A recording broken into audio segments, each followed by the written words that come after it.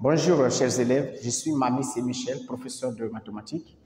Aujourd'hui, nous allons continuer notre cours sur les intervalles. Cette fois-ci, nous allons voir l'intersection et la réunion d'intervalles.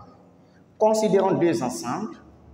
Je considère un ensemble ici que je vais appeler l'ensemble A. L'ensemble A qui a pour éléments A, B, C et D. Et je considère un autre ensemble ici que je vais appeler l'ensemble B. Et cet ensemble B qui a pour éléments 1, 2, 3, 4. OK? Maintenant, qu'appelle-t-on intersection de ces deux ensembles? Voici l'intersection de ces deux ensembles. Nous avons l'ensemble A qui a pour éléments A, B, C et D. Et l'ensemble B qui est là, qui a pour ensemble, qui a pour éléments 1, 2, 3, 4. OK? Maintenant, l'intersection de ces deux ensembles-là, c'est quoi? C'est l'ensemble des éléments qui appartiennent à la fois à l'ensemble A et à l'ensemble B. Donc, visiblement, nous pouvons dire que les éléments qui appartiennent à la fois à l'ensemble A et à l'ensemble B sont C, D, 1 et 2. Donc, voici des éléments qui appartiennent à la fois à l'ensemble A et à l'ensemble B. Donc, nous pouvons dire que l'intersection de ces deux ensembles, c'est un ensemble E que je peux appeler ensemble E ici. OK? Donc, l'intersection de deux ensembles est aussi un ensemble. Donc, l'intersection de l'ensemble A et de l'ensemble E, je peux dire que c'est l'ensemble E. Donc, là, on note A inter B égale à quoi? Égale à l'ensemble E. OK? Donc, l'intersection, je reprends encore, l'intersection des deux ensembles A et B, entre deux ensembles est aussi un ensemble. Donc, comme nous venons de voir, l'intersection entre l'ensemble A et l'ensemble B, c'est l'ensemble des éléments qui appartiennent à la fois à l'ensemble A et à l'ensemble B. Et je peux noter cela, l'ensemble E. Et ces éléments-là sont C, 1, D et 2. Donc, nous pouvons noter que l'intersection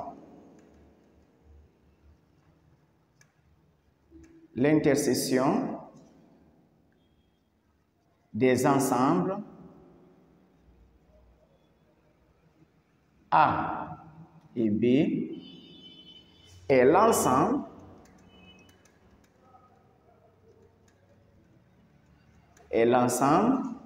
des éléments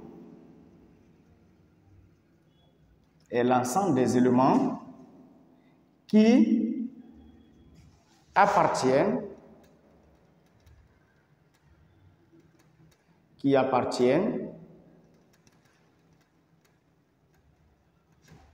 à la fois à A et à B. Voilà, donc l'ensemble des éléments qui appartiennent à la fois à A et à B est appelé l'intersection des ensembles A et B. L'ensemble A et B, l'ensemble A représenté par l'intervalle fermé de 0 à 6 et l'ensemble B égal à l'intervalle ouvert de moins 1 à 3. Maintenant, nous allons faire l'intersection entre ces deux ensembles. Pour faire l'intersection entre ces deux ensembles, il faut les représenter sur une droite graduée. Donc, nous allons faire rapidement notre droite graduée.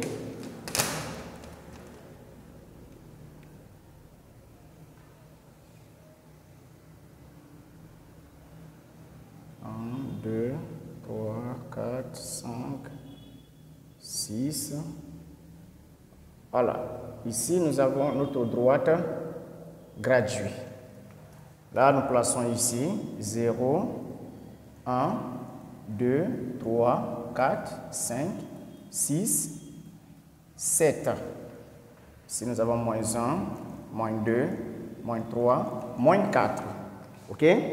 Donc, pour faire maintenant l'intersection, il faut représenter le premier intervalle, c'est l'intervalle fermé de 0 à 6. Donc, nous plaçons la règle comme ça. 0 à 6. 0 à 6. 0 appartient à l'intervalle, donc on met un point ici. 6 aussi appartient, on met un point ici. Nous avons présenté le premier intervalle. Le deuxième, c'est l'intervalle ouvert de moins 1 à 3. Donc ça aussi, on représente. Nous avons moins 1 ici. Donc, moins 1 ne fait pas partie, donc on met un petit 0. 3 fait partie, on met un point ici. Voilà, donc nous avons fini par représenter les deux intervalles sur la droite graduée. Là, on peut maintenant trouver leur intersection. On a dit que leur intersection, c'est l'ensemble des éléments qui appartiennent à A et à B. Donc, visiblement, c'est ici leur intersection, là où les deux se rencontrent. OK?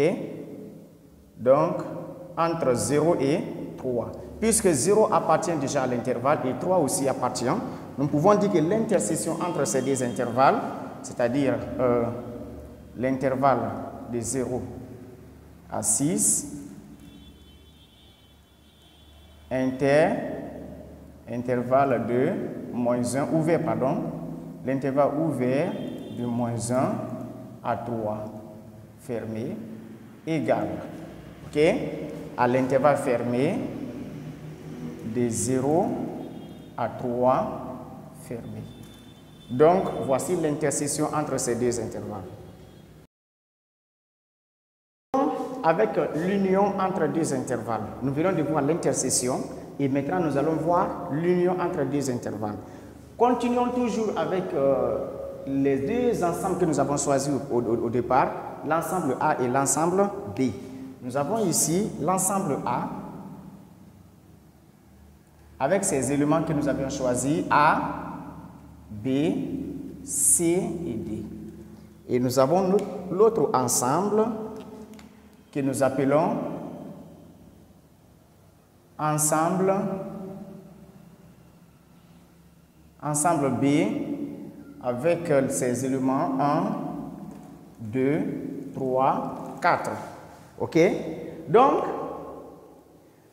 quelle est l'union entre ces deux intervalles? L'union entre ces deux intervalles, c'est l'ensemble des éléments qui appartiennent à l'ensemble A ou à l'ensemble B. Donc, l'ensemble des éléments qui appartiennent à A ou à B. Et là, on peut noter cet ensemble-là de la sorte. On dit A ou B. Donc, A, B, C, D. Donc, tous les éléments qui sont là représentent l'union entre ces deux intervalles. Donc, nous pouvons citer A, B, C, D. On peut aussi citer 1, 2, 3, 4. Donc, l'union entre ces deux intervalles est aussi un autre, ou bien entre ces deux ensembles, est aussi un autre ensemble que nous pouvons noter E'. OK? Donc, l'union entre ces deux intervalles, c'est l'ensemble des éléments qui appartiennent à A ou à B. On peut noter quelque chose. A union B égale à E'.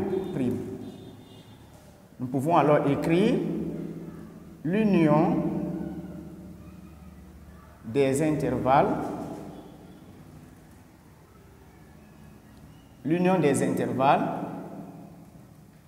A et B est l'ensemble des éléments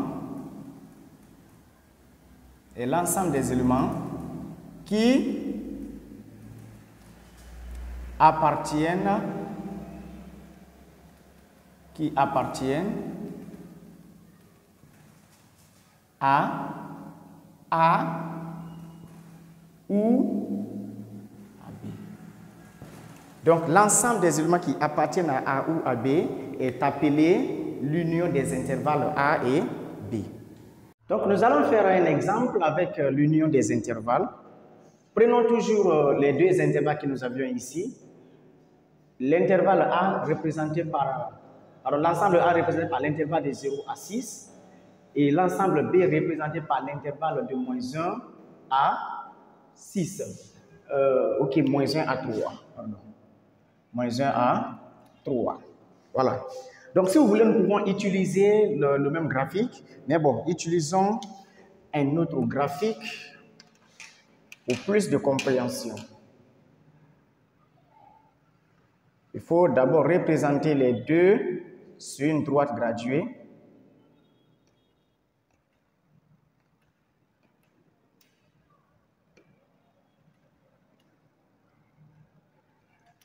Ici, 0, 1, 2, 3, 4, 5, 6.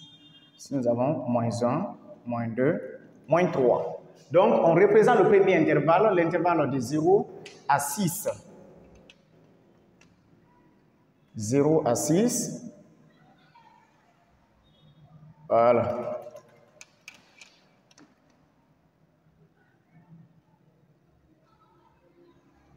Intervalle de 0 à 6. Le deuxième intervalle de moins 1 à 3.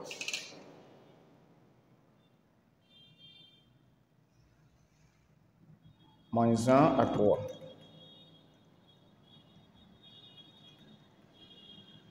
Voilà. Maintenant, quelle sera l'union entre ces deux intervalles? Nous avons dit que l'union entre ces deux intervalles, c'est l'ensemble des éléments qui appartiennent à A ou à B. Donc, visiblement, nous pouvons dire que c'est de là jusqu'ici.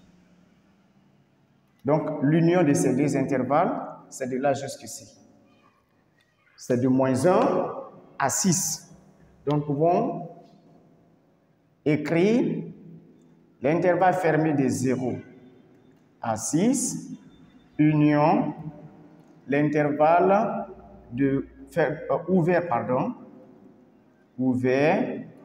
de moins 1 à 3 égale à l'intervalle ouvert de moins 1 à 6, fermé. Donc, voici l'union entre ces deux intervalles. Sur les intervalles disjoints, quand dit-on que deux intervalles sont disjoints? Deux intervalles sont disjoints lorsque ces deux intervalles n'ont pas d'éléments communs. Ok? On va noter ça.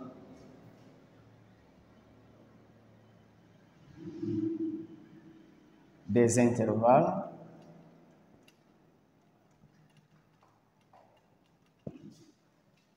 sont disjoints.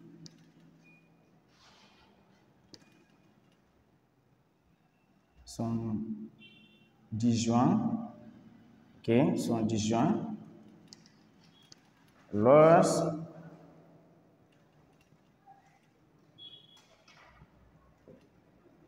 lorsqu'ils n'ont pas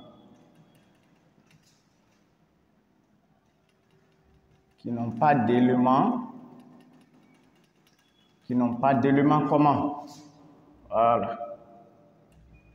Lorsqu'ils n'ont pas d'éléments communs. Prenons rapidement un exemple. Nous avons l'intervalle fermé de 0 à 2. Fermé et l'intervalle ouvert de 4 à 7. Ouvert. Donc, voici deux intervalles. Nous allons prouver que ces deux intervalles sont disjoints. Donc, il faut les représenter sur une droite graduée. On va faire à main levée pour aller un peu plus vite. Donc, 0, 1, 2, 3, 4, 5, 6 et puis 7. On représente le premier intervalle de 0 à 2. Donc, 0 à 2. Le deuxième intervalle de 4 à 7. Voilà. Donc, vous voyez que les deux intervalles ne se rencontrent pas. Donc, il n'y a pas d'intersection entre les deux. Ils n'ont pas d'éléments en commun. Donc, nous disons que les intervalles, les deux intervalles de 0 à 2 et de 4 à 7 sont des intervalles disjoints. En résumé, ce que vous devez retenir sur l'intersection et la réunion des intervalles est que l'intersection entre deux intervalles, c'est l'ensemble des éléments qui appartiennent à la fois au premier ensemble et au second ensemble. L'union entre deux intervalles, c'est l'ensemble des éléments qui appartiennent au premier ensemble et ou au second ensemble. Donc, l'ensemble des éléments qui composent ces deux ensembles est appelé l'union de ces deux ensembles. Et nous disons que deux intervalles sont disjoints lorsque ces deux intervalles n'ont pas d'éléments communs. Nous continuons toujours notre cours avec la comparaison des nombres réels. Donc, avant de rentrer dans le but du sujet, il faut d'abord que nous connaissions. Vous savez déjà, quand on parle de la comparaison, et ce que c'est qu'un nombre réel. On parle de la comparaison, soit il y a l'égalité entre les deux, soit il y a l'inégalité, c'est-à-dire l'infériorité ou la supériorité. Là, nous allons voir comment ces différents signes d'inégalité se comportent avec l'addition. Soit, considérons ces nombres-là, A, B, C et D. OK? Des nombres réels. OK? Alors, si A est inférieur à B et C est inférieur à D, alors évidemment, A, c'est-à-dire la somme des deux, A plus C sera forcément inférieur à B plus D. Nous allons faire un exemple. Un exemple ici. Nous savons que 3 est inférieur à 7. Et nous savons également que moins 1 est inférieur à 2. Donc, nous allons faire la somme.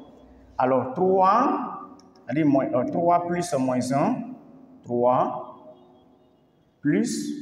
moins 1 doit forcément être inférieur à 7 plus 2. Donc, 3 plus moins 1, on obtient 2.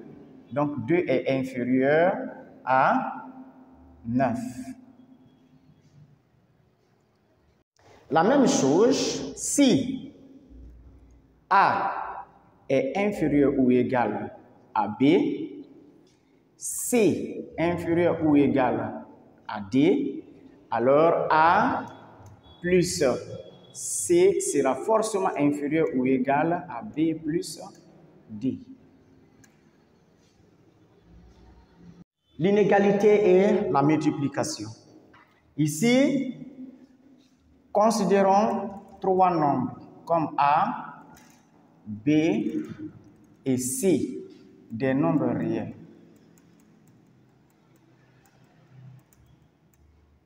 Des nombres réels.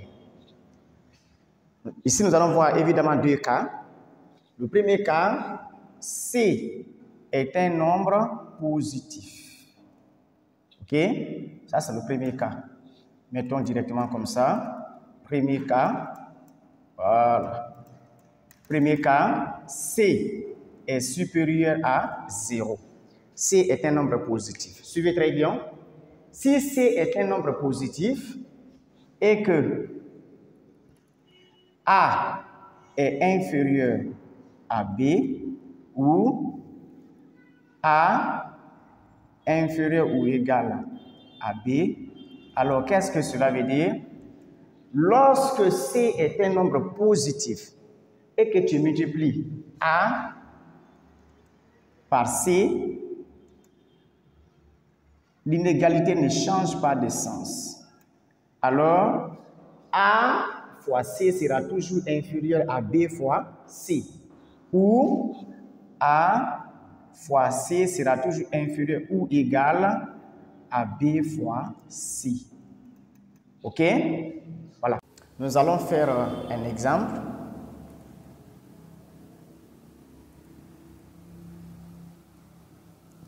Nous savons que 2 est supérieur à 0, c'est-à-dire que 2 est un nombre positif. Et nous savons également que 5 est inférieur à 7. Alors, si on multiplie les deux membres là par 2, ok, c'est-à-dire on aura 5 fois 2 sera toujours inférieur à 7 fois 2, ok. Donc nous obtenons ici 5 fois 2, on obtient 10. 10 sera toujours inférieur à 14. Donc ce qui revient à dire que lorsqu'on multiplie les deux membres d'une inégalité par un nombre positif, l'inégalité ne change pas de sens. Ok?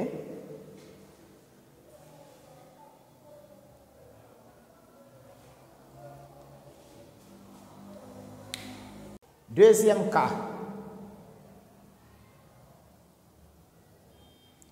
Deuxième cas. Dans ce deuxième cas, nous prenons ici C étant inférieur à 0, c'est-à-dire un nombre négatif. Si C est un nombre négatif, alors nous disons A inférieur à B, alors A fois C sera supérieur à A fois B. Ou A est inférieur ou égal à B, alors A fois C sera plutôt supérieur ou égal à A fois, pardon, je voulais dire C, C, à C fois, voilà. Donc, lorsque C est une valeur négative et que tu multiplies les deux membres d'une inégalité par ces nombres négatifs, l'inégalité va changer de sens. C'est-à-dire, si c'était supérieur, ça va devenir inférieur. Prenons un exemple. Bon, faisons l'exemple ici. Un exemple. Nous savons que moins 2 est inférieur à 0. Ok? Nous savons également que 5 est inférieur à 7. Donc, on va multiplier les deux membres là par moins 2. Ici fois moins 2. Alors, on aura 5 fois moins 2. Ça sera plutôt supérieur à 7 fois moins 2. Ce qui équivaut à dire ici, 5 fois moins 2, on obtient 5 fois moins 2, on obtient moins 10. Donc, moins 10 sera supérieur à moins 14. Donc, qu'est-ce que cela nous enseigne? Que lorsque nous multiplions les deux membres d'une inégalité par un nombre négatif, l'inégalité change de sens. Si c'était supérieur, ça devient inférieur. Si c'était inférieur, ça devient supérieur.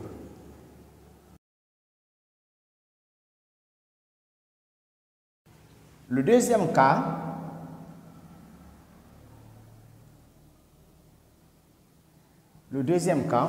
c'est le cas où A et B sont des nombres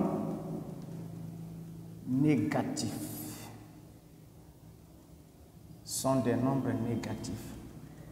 C'est-à-dire, A est inférieur à 0, B aussi est inférieur à 0.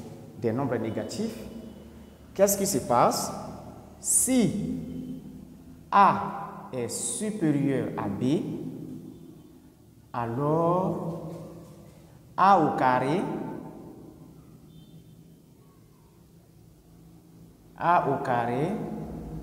sera plutôt inférieur à B au carré.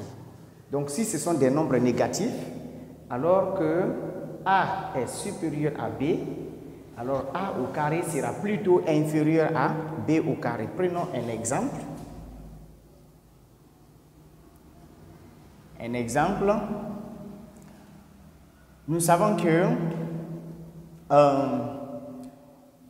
moins 3 est supérieur à moins 4. Ok? Nous savons que moins 3 est supérieur à moins 4. Maintenant, nous allons les élever au carré. On aura moins 3 au carré et ici, on aura moins 4 au carré. Nous savons que moins 3 au carré, le moins va sauter avec le carré. Donc, moins 3 au carré, on obtient 9. 4 au carré également, on obtient 16.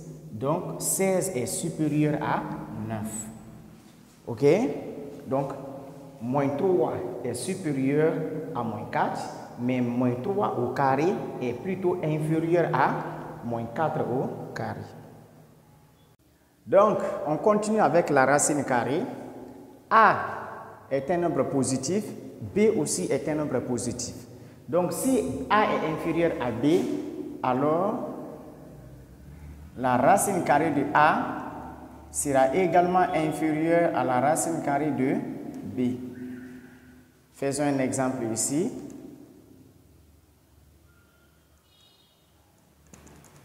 Nous savons que 9 est inférieur à 16. OK? La racine carrée de 9 sera également inférieure à la racine carrée de 16. OK? Parce que la racine carrée de 9 égale à 3 et la racine carrée de 16 égale à 4. Donc, 3 sera toujours inférieur à 4. En conclusion, nous pouvons dire que pour comparer deux nombres, il est aussi possible d'utiliser leur carré, c'est-à-dire de comparer leur carré. Prenons un exemple ici. Prenons un exemple, ou bien s'il faut des exemples. Nous allons comparer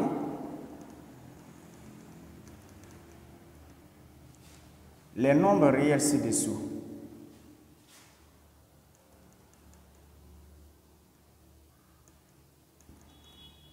Les nombres réels ci-dessous.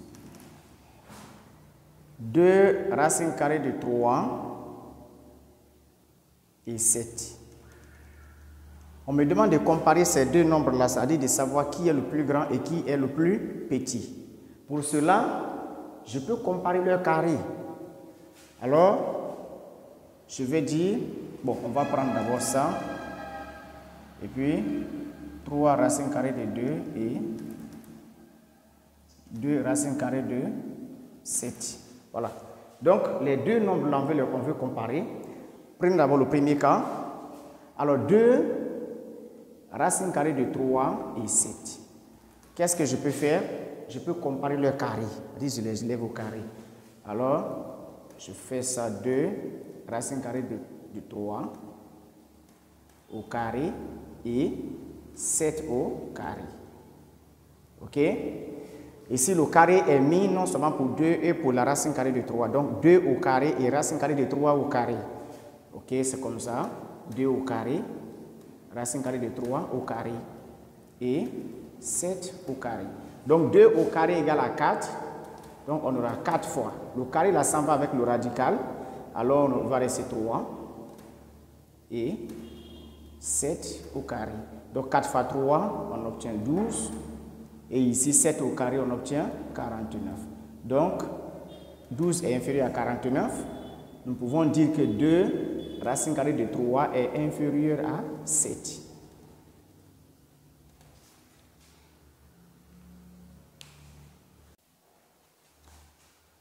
Deuxième cas, ici 3 racine carrée de 2 et 2 racine carrée de 7. C'est la même chose. Donc, 3 racine carrée de 2 et 2 racine carrée de 7. Je lève au carré. Donc, j'ai ici 3 racine carrée de 2 au carré et 2 racine carrée de 7 au carré. Le carré est mis pour eux tous. On écrit comme ça 3 au carré, racine carrée de 2 au carré.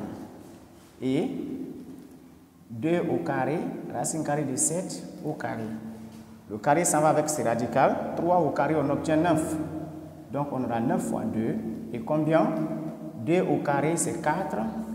Le carré s'en va avec le radical, il va rester 7. Donc 9 fois 2, on obtient 18. Ok? Et ici, 4 fois 7, on obtient 28. Donc 18 est inférieur à 28. Nous pouvons conclure que 3 racine carrée de 2 est inférieur à 2 racine carrée de 7.